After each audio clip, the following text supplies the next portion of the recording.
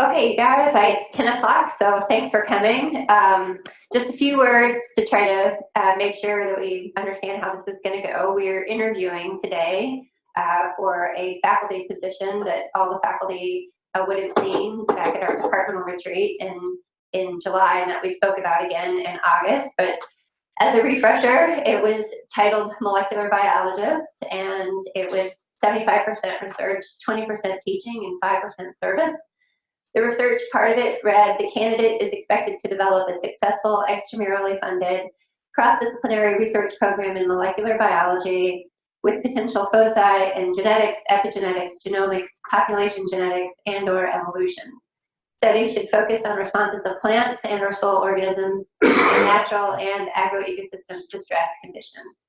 Stressors can include drought, heat, disease, exposure to toxicants, or other abiotic and biotic factors. So along those lines, our candidate today is Olga Chusko. Olga is from the Ukraine, I believe, originally, right? Received her PhD in 2004 from the University of Georgia in toxicology. She then worked, and she was working for her PhD at the Savannah River Ecology Lab, and she stayed there as a postdoctoral scientist for a few years. She joined our department in 2008 as a Scientist 1, and then has been an assistant research professor and was, you probably remember just last year, promoted to an associate research professor. She's joint faculty in the Department of Toxicology and Cancer Biology here. And I believe with that, I am going to give it over to Olga. I'll just say when she finishes, we'll do questions about the talk and things. And then I'm going to ask for you all to stay for just a few minutes and Olga to leave so that we can talk about what the process is going to be moving forward here. Here you go, Olga. Thank you, Rebecca.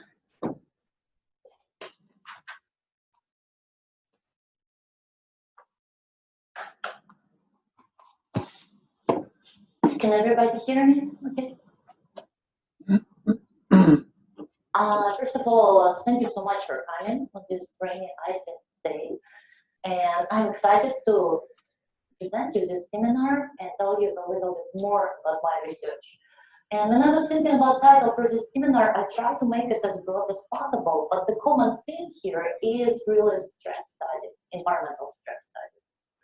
Environmental stress studies in response to climate change on the global scale that I will talk a little bit about with this plan, and also in response to contaminants such as nanomaterials, which includes other different organisms.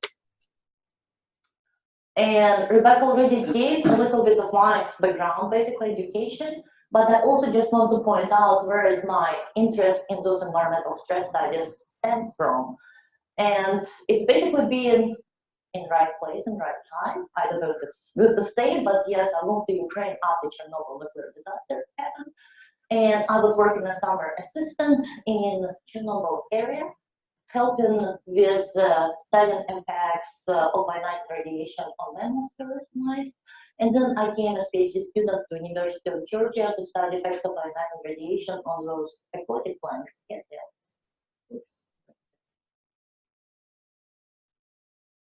And my postdoc was at Savannah Riverside. Savannah Riverside is actually a really unique environment promoting multidisciplinary collaboration.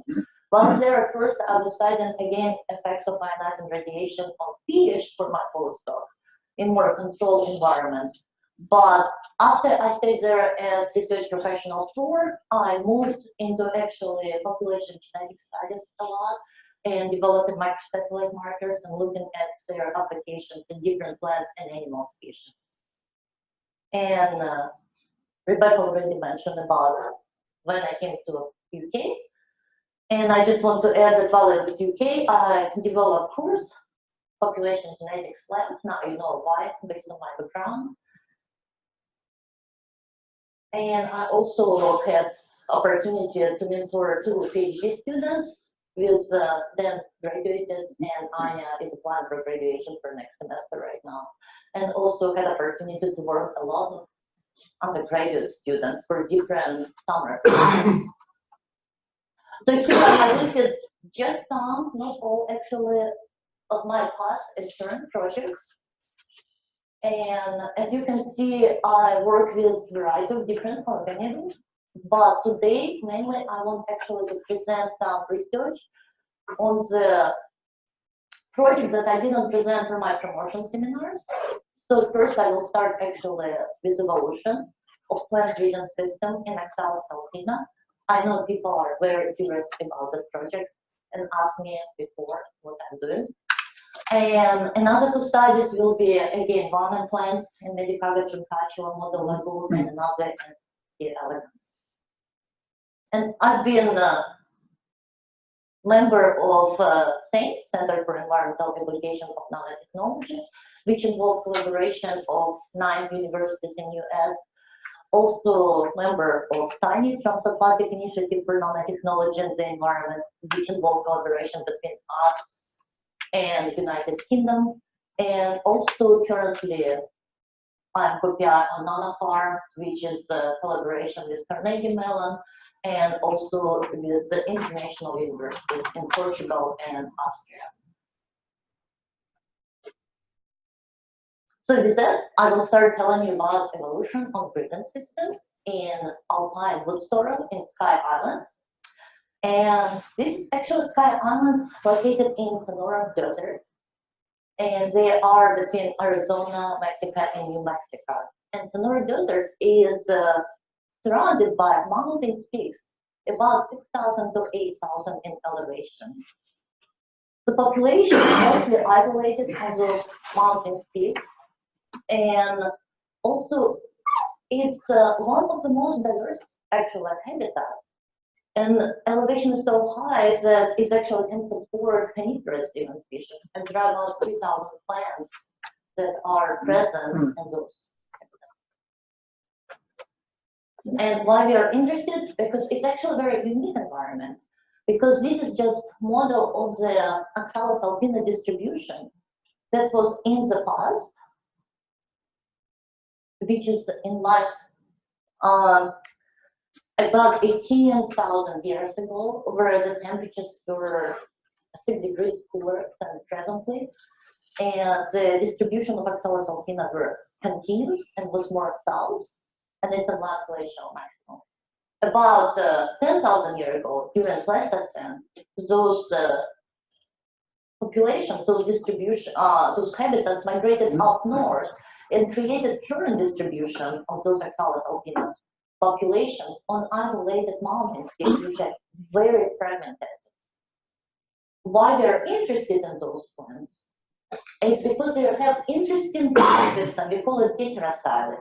What Heterostyly is a presence of basically 2 or 3 different floral moths that occur in population. And those are distillate populations. We have 2 floral morphs, which has basically short, and that's based on position of stigma, short or long morph. And there are also some Tristyly populations, where in addition to short and long morph, we also have mid morph, whereas the position of stigma is between 2 whorls of stamens. If you look at the distribution map of the Oxalis alpina, those populations that have only 2 colors, red, gray, and black, it's distillate populations, and they're located mostly to the north of the range, and the population that are Tristyly is located more to the south. Those some of them still occur to the north too. So this actually distribution may suggest single origin of Tristyly, way into last place basically, and then after transitioning, or it can be multiple. So we're definitely interested in what happened with the evolution of Tristyly. We know that ancestral population was Tristyly originally, but then was it single or multiple origin of Tristyly? And already you saw a picture and you met Steve, who was actually here, and that's who I worked with on this project. And he's the one who is actually looking first at compatible and incompatible crosses. What they are, so basically when we have ideal Tristyly populations, then compatible processes are only the ones that occur at the same level. Short stigma, short colon with short stigma, short stamens with short stigma, long stamens with long stigma, and middle, the same thing. And when that occurs, then you have a perfect maintenance of all three morphs in that ideal population. However, there are some populations in chrysalis populations where there are two different types of crosses that called incompatible, which occurs actually between medium stamens and short stigmas, and medium stamens and long stigmas, but they're only occurring between short and long morphs, which basically suggests elimination of mid-morph from the population.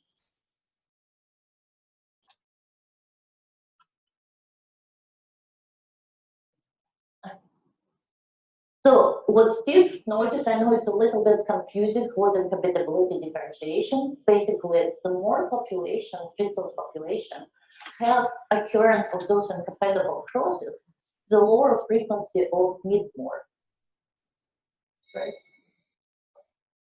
Which basically suggests a mechanism for elimination of mid-morph from the population and evolution of Tristyly and Tristyly. However, in the contemporary populations, it seems that mid-morphs still persist for longer time than would be predicted based on modeling. So what is the mechanism happening with those mid-morphs is that they still be able to maintain due to selfing. And that's where we came in. And what we wanted to know actually, is it really true? If mid-morph really more self in the population where there is increase in those cross-incompatibility relationships. So what we did, we focused on three populations first. So we selected three populations. This is I call ideal population, where there is no incompatible crosses occurring.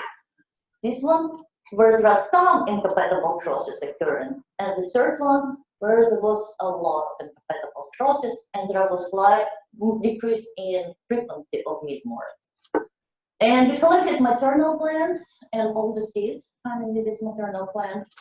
And then Steve actually the one that grew the plants in University of Oregon, and we mail other samples. So no matter how many offspring was produced by maternal plants, and in this one we can see like 55, we would genotype all of them across microsatellite loci to estimate outcrossing rate. And we did it for 2 years, about 20-30 families per morph. And what we find out really here, and it's outcrossing rate, right? So mid-morph really did demonstrate significant decrease in outcrossing rate in both years. And what I want to point out again, this is outcrossing rate in the ideal population, right? We didn't see that significant decrease here. This is the population where there was some occurrence of incompatible crosses. We started seeing decrease in outcrossing rate. And the one where we call it complete loss incompatibility, then there was significant decrease even further in outcrossing rate, meaning that actually those mid-morphs were selfing, and that was the mechanism for persistence in the population. However, it can be double-sided, right? Selfing can lead to maintaining the mid-morph, or selfing can actually result in elimination of this morph just because of impact on fitness. We also wanted to look at our question. So what about evolution again of Tristyly from Tristyly? Single, multiple, and what we wanted to address it by looking into phylogeographic context. With this, we looked at 17 different populations, Oxalis alpina. 6 were Tristylys, and here's Tristylys right here that have D letters next to them, and the rest were Tristylys populations. So we genotyped all of them, and then we used different Bayesian approaches to actually assign individuals to different groups based on genotypes and without taking into consideration their physical location. And interesting, using different like principal coordinate analysis or analysis and structure, they all came out that two clusters, all those 17 populations were divided into clusters. And those clusters were in between distillers and tristillers, which was pretty interesting. In fact, one cluster was right in the middle here, and another combined population to the north and to the south. And this is just to show you each cluster and where the colors come from in those lines. So what's happening? Okay, we have distillers populations that occur in both in first cluster and the second cluster, which suggests that there is no genetic similarity among all distillers population, and it basically speaks that it doesn't support hypothesis of single origin of distillers population. Another thing that we were lucky, we had one mountain peak where three populations were occurring almost on the same mountain peak, and there was still some gene flow going on among those three populations. And one of them was Tristyly, two of them were distillers. And the genetic differentiation was very, very low among those populations. And it seems it's kind of a case of ongoing transition of Tristyly from Tristyly right there. Another thing, if you look at the populations that were in the north and south, for example, this and that, occurring in the same cluster, sharing a lot of genetic similarities, that message is that actually, historically, there might have been transition from southern to northward regions. So with that, we can reject the hypothesis of single origin of Tristyly even prior to migration back into back into 18,000 basically years ago. And what our data suggests is the supporting for multiple transition of Tristyly from Tristyly, and which occurred after migration. And also we think that obviously when the transition occurred and they started transitioning toward Tristyly, and even if the cell can occur in the midmore, it depends on population size and such factor as genetic tree, which is basically by chance eliminating that one from the population. Oops, sorry. So with that, I want to move to my next stressors, which is nanoparticles. So I became interested in nanoparticles back actually at SRL, and I started working with earthworms. And after coming to UK, that's where my main focus of the research was actually in the effect of nanomaterials on soil and plant organisms.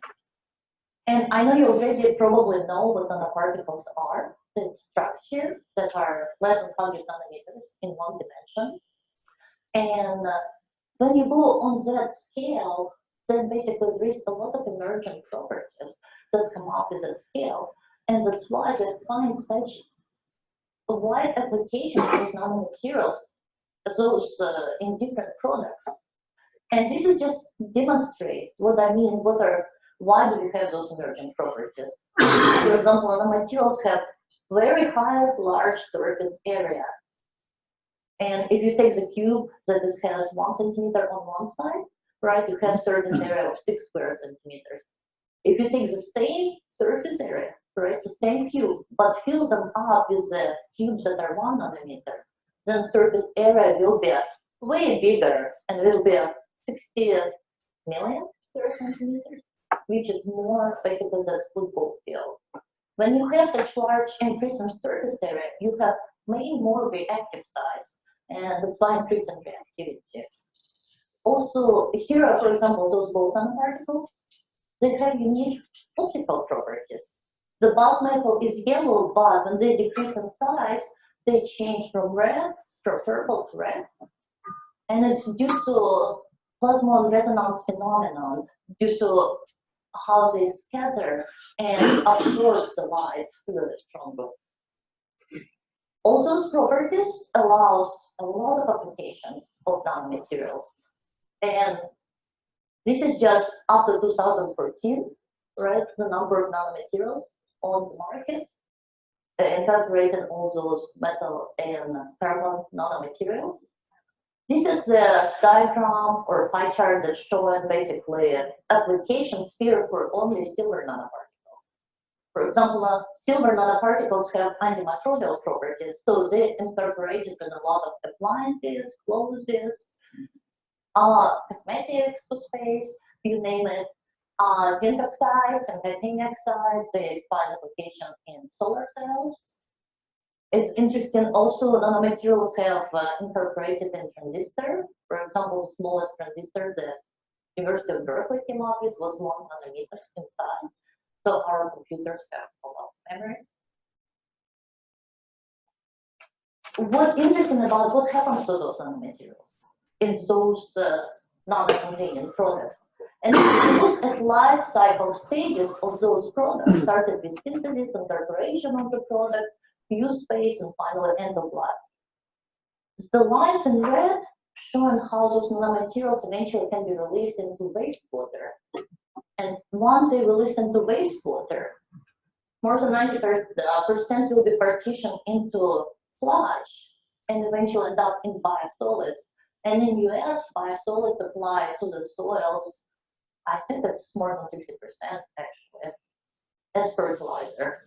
So this is the way for nanomaterials to enter the soils, biosolids first and soils, and get exposed to plants and soil and soil organisms, and also go through trophic uptake. What our group is very interested is in the effects, not just pristine nanomaterials that being incorporated in the products, but also in the effects of chemically transformed nanomaterials. And this example is for silver and zinc oxide nanomaterials. In this case, they were introduced into wastewater in ion form or nanoparticle form. Partition to primary sludge goes through heat and lime treatment and eventually end up in biosolids. And if you look at distillation in biosolids, despite being introduced as ions or as nanoparticles, they end up as silver sulfidase, for example. For silver, it will be a sulfidation process as sulfidized silver. And also for zinc, it will be a zinc phosphate or zinc sulfide, or also zinc forming complexes with iron. So therefore, when we study effects of those nanomaterials, it's important to look at the effects not only pristine, but also transformed. And a lot of times with our silver study, we would include silver and sulfidized nanomaterials. And I want to tell you about our study that we did actually with model lagoon, medical transfusion. And actually, that study doesn't stand just alone. There are other companion studies that was authored by Judy. And June was postdoc in my lab who was working on toxicogenomic effects of nanomaterials on that molecule. And we looked actually at the effect of mixture in more realistic scenarios in the way how it will get into biosolids. So we used a pilot wastewater treatment plant, and it was with our collaborator in Tristyly.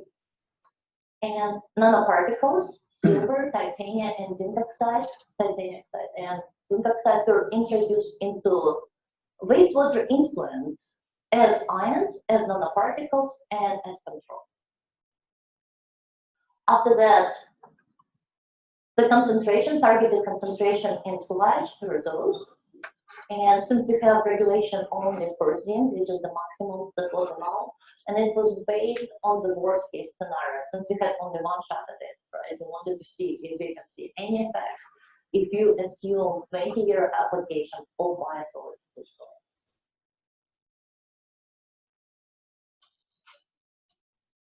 After those biosolids were produced, they were mixed with soils and aged in the lasimeter outside for 6 months. And this is nominal metal concentration in the soil sludge mixed soils, basically, that we call treatment. And that's what our plants were exposed to. So we exposed our plants for 28 days. And then we looked at gene expression in shoots and roots. using whole genome microarrays.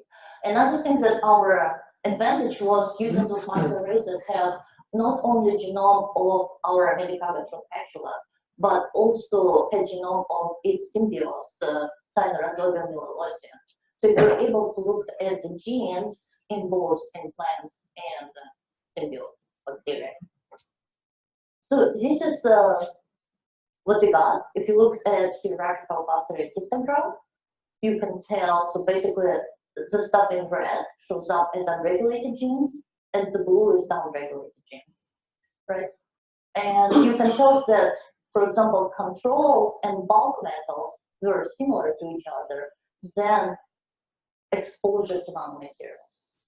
And it was the same in shoots and roots. Another interesting thing is that plants that were exposed to nanomaterials express many more genes in both in shoots and roots than the plants that were exposed to bulk metals. And if you look here, some of the genes, for example, in roots, it's 239 genes in roots, were downregulated at 100-fold and higher. And in fact, you have about 12 genes that were downregulated at 500 and 1,000-fold genes. And those genes are related to nodulation and nitrogen metabolism. It also correlated with the physical responses of plants. For example, the plants that were exposed to nanomaterials, they didn't nodulate, while the plants exposed to bulk were nodulating. So basically, that suggests the effects. And we had the genes that also were expressed downregulated significantly in response to downregulation. So one of the questions that we had immediately, is it possible that nanomaterials actually have effect on symbiotic bacteria, Caenorhabditis myelologia? So we measured Caenorhabditis myelologia and control and post treatments. Yes, there was significant decrease in the colonies of Caenorhabditis myelologia in bulk and nanomaterial treatment, but there was no significant difference between Caenorhabditis myelologia and bulk and nanomaterial to actually have that effect on nodulation. So this is just to tell you a little bit about genes that were significantly downregulated that involved in root nodule development. And if you look at different phases of development of the root nodule, started with the pre-infection phase, right, with signaling phase, and then infection spread, where infection starts and spread develops, and bacteria invades root cortex, and finally differentiating phase, where the root nodule is fully developed.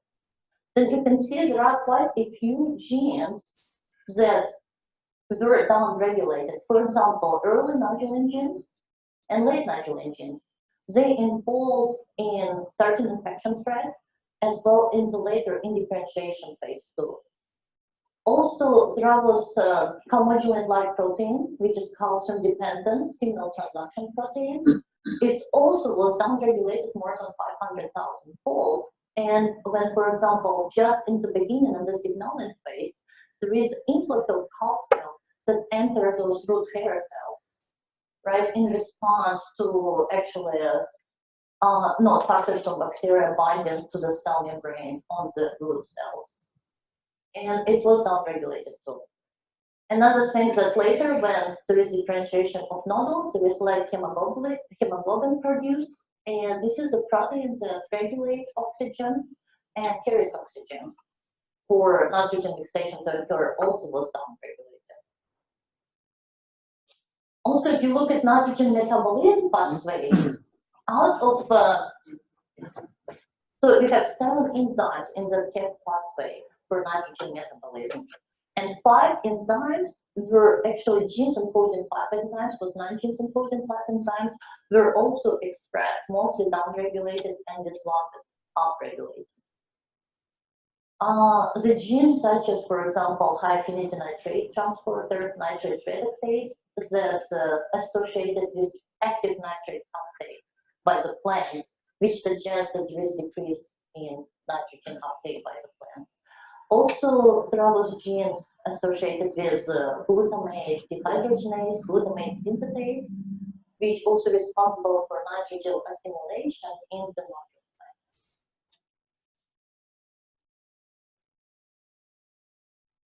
Also, if you look at the uptake of metals in the different treatments, you can tell that only zinc showed significant increase in tissue or per accumulation basis, and none other actual metals.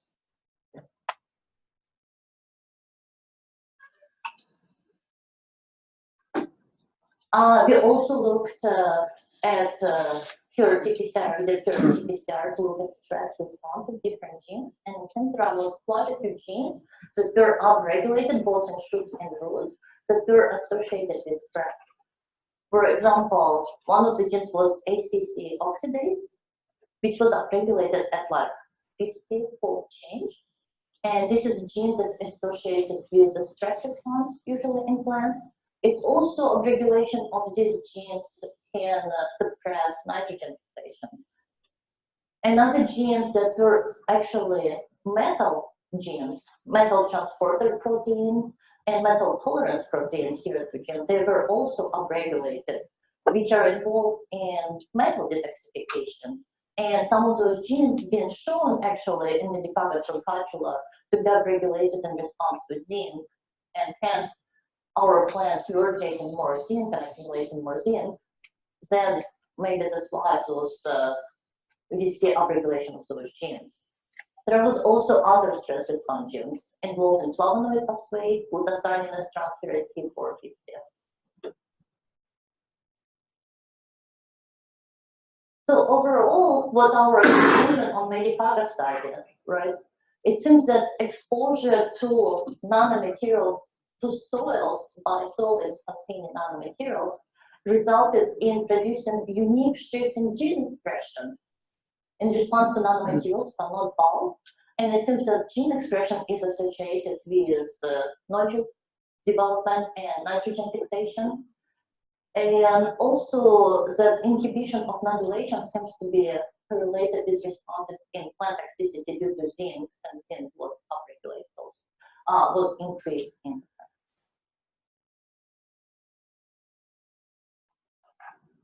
So it was the Medicago, and I want to share with you a little bit also about one of my favorite model organisms. It's the elegans, Caenorhabditis elegans, and I do a lot of toxicogenomic nanomaterials using model organisms. And why this? Well, it's a pretty amazing organism to work with. It's very small. It has very short life cycle from egg to adult in 3 days. So you can set up a lot of different toxicity testing pretty fast. And also, it's a great model for multi-generational toxicity. The whole genome is completely sequenced and very well annotated. And there are a lot of functional genomic tools, such as RNA interference and mutants, available in here.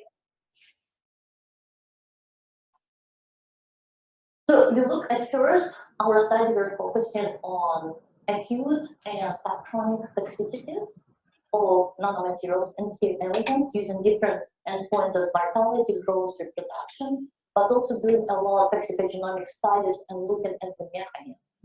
And so far, just to summarize those mechanisms, for example, the nanoparticles can penetrate in cells without dissolving, or it can dissolve and can penetrate cells as ions, right? When they enter the cells, usually as particles, they, depending on the size, usually they end up as lysosomes, can dissolve and again release ions and cause reactive production of reactive oxygen species, oxidative stress. Another thing, the particle can directly interact with the proteins called protein denature, and which may result in endoplasmic reticulum stress and induction of unfolded protein response. And we showed it in responsible nanoparticles, both canonical and non-canonical, novel unfolded protein response were activated. Another thing also that they can directly interact with mitochondria and destabilize mitochondrial potential and affect electron transfer chain and disrupt oxidative phosphorylation. In some cases, they don't need even to be in the cell. Just by interacting with the cell membrane, they actually cause activation of the cascade, which called mitogen protein kinase activated pathway, which results in activation of stress response genes, again generation of ROS, which can lead to DNA strand breakage. No matter if it's ROS generated directly or ROS generated as a consequence of interaction with different organelles, or as DNA damage, it can all lead to apoptosis or necrosis. So all those effects that I just described mostly occur just in single generation exposure. And when the is exposed to radiation, there can be somatic changes, right? Somatic cells and germ cells.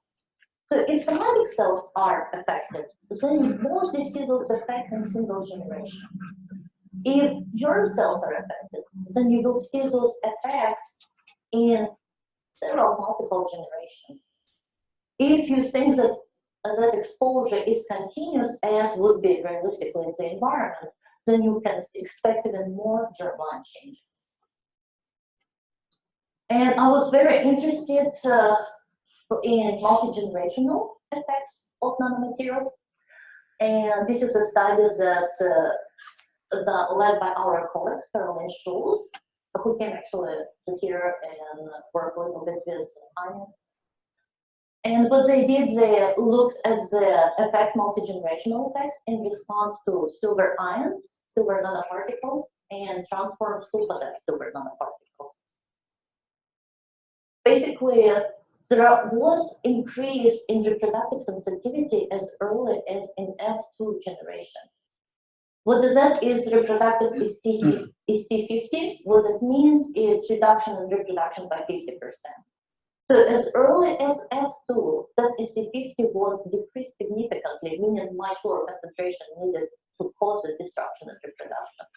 And it persisted up to 10 generations, in both in silver ion treatment and silver nanoparticle treatment, but not sulfide.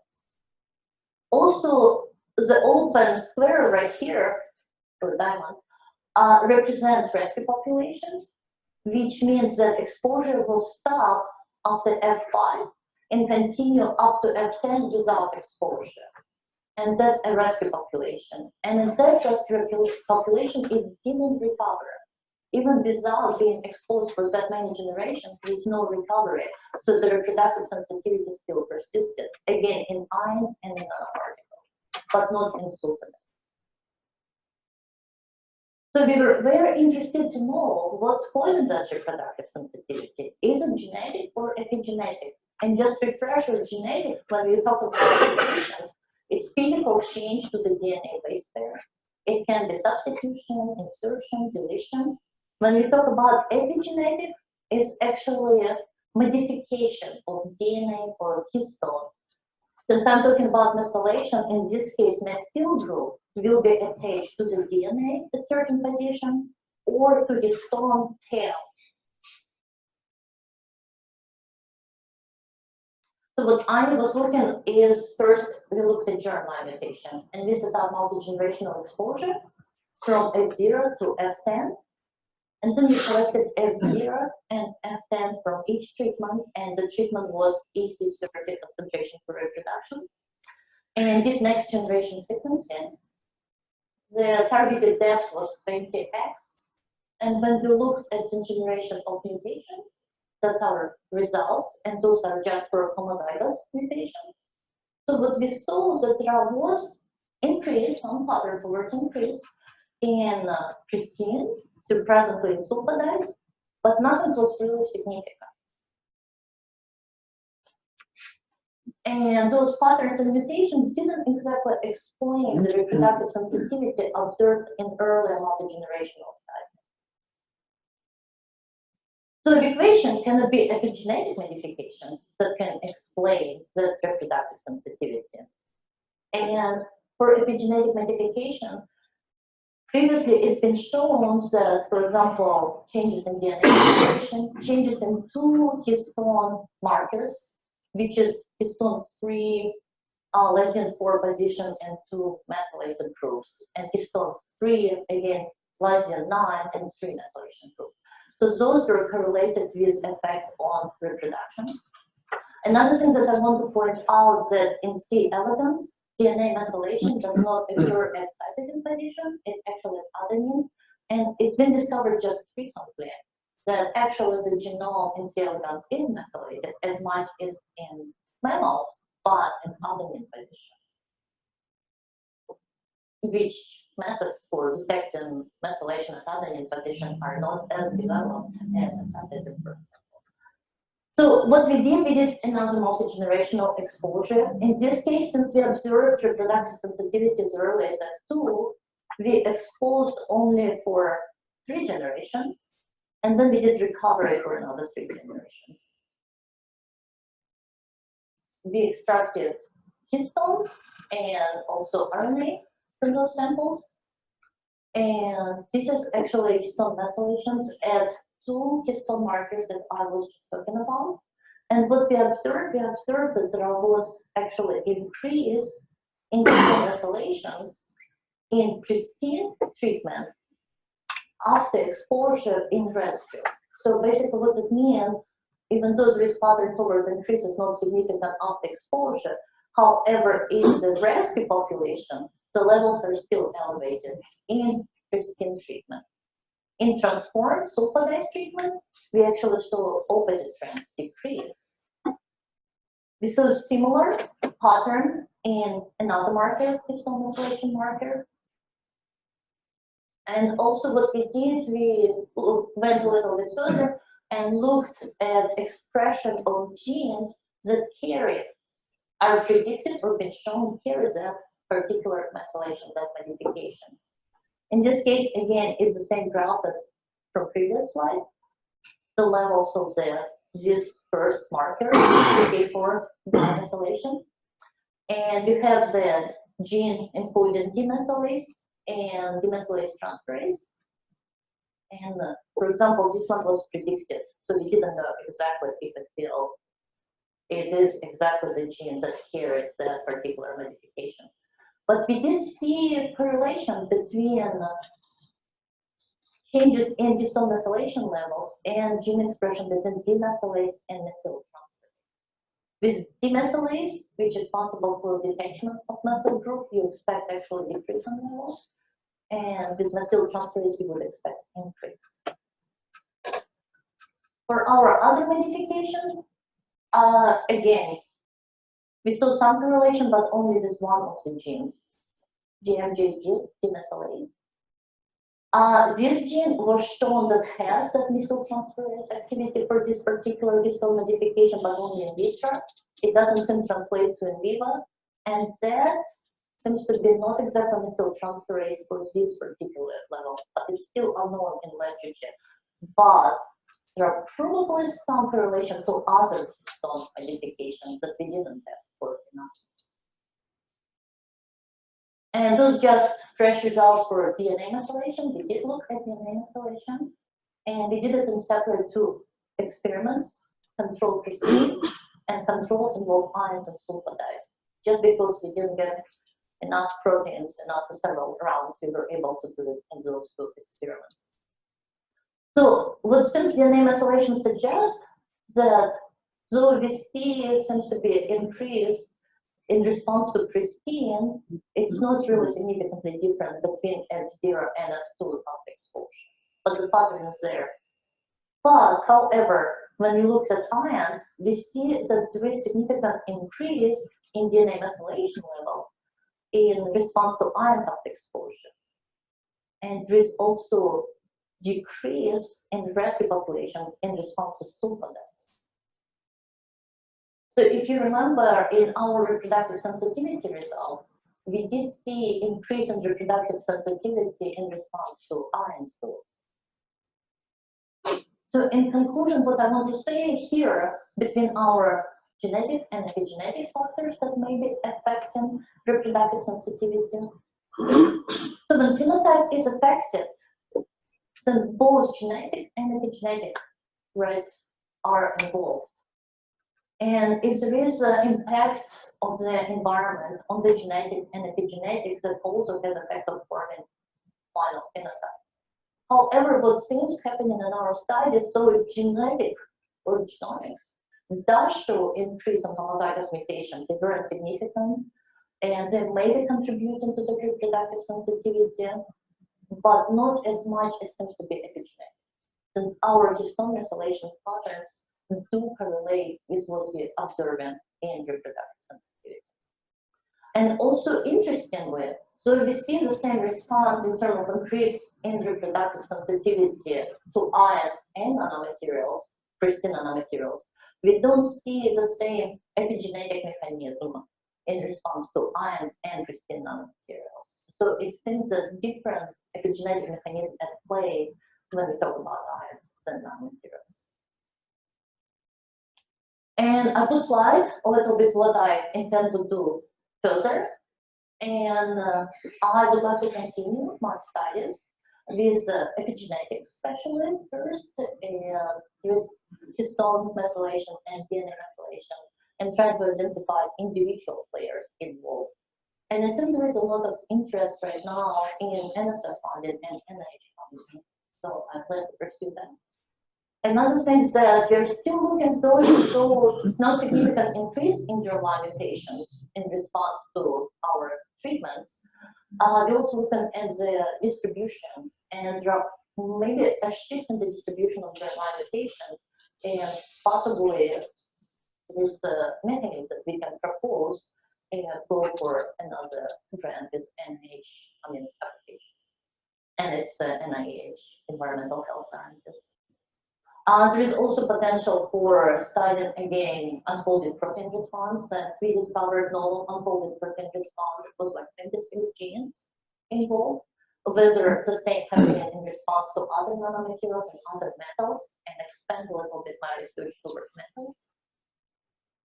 I'm copying on the grant, not grant, proposal that we just submitted to EPA on PFASs for a polyfluoroalkyl compound, and basically those compounds are detected as worldwide contaminants since 2000, and they seems to be go through wastewater treatments, again partitioning into biosolids similar to nanomaterials, and again ended up in soils and plants and animals are being exposed to. So in this proposal, my role would be to look at the effects of red clover and tall rescue and their symbiotes, Rhizobia and Endophytes tall rescue. And right now I'm teaching as I'm scheduled to teach ABT course, ABT 301 in next semester, and also would like to contribute more to teaching and ABT courses. Also, when I was teaching my PLS 597 population genetics lab, I was targeting ABT students more. So there were some graduate students that took my course, and I can see they really benefit from some lab courses. So I might be able to modify it and target more practical DNA RNA analysis course for just graduate students, and maybe sharing it with stocks too. And I'm open to other teaching requirements as well. With that, I would like to thank everyone in our lab and all our collaborators and grant sources, and of course my family too, which actually there is a saying that being a mom makes you a better scientist, and I can see why they say it now, because it teaches you more patience, more organization skills, and so on. And thank you very much for coming. And with that, we'll take any questions.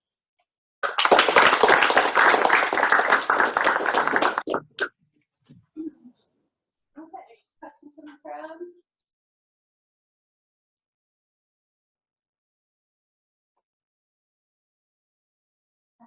On your first study, so how much hiking did you have to do to find all those populations? And then when you found one, how did you determine whether it actually carried out incompatible pollinations or not? Good question. Well, it was a lot of fighting that I wasn't prepared, and I was even in better shape. So we did, we spent 10 days fighting every day different mountains.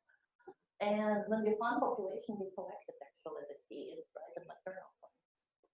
And then they were grown in greenhouses and processed that were artificial process, self-in as well as outcrossing were conducted.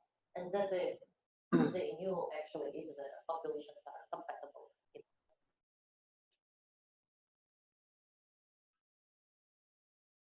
The same way as they detect inbreeding depression. Anything else?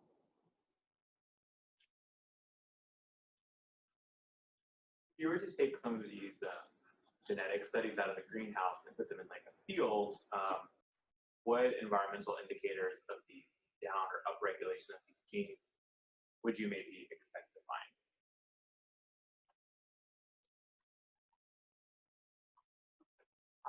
You mean in the Yeah, so like yeah, could you like on each study? so I guess maybe like the medico. So I mean, like, would you find like more outgassing of something like more nitrous oxide or something that the I see what you're disease might saying. generate? You know, it's really hard to predict because, for example, I didn't mention, but we also conducted another study at much lower concentration. And while we didn't see any toxicity to the plant or nonetheless, we actually saw the response in microbial shift community.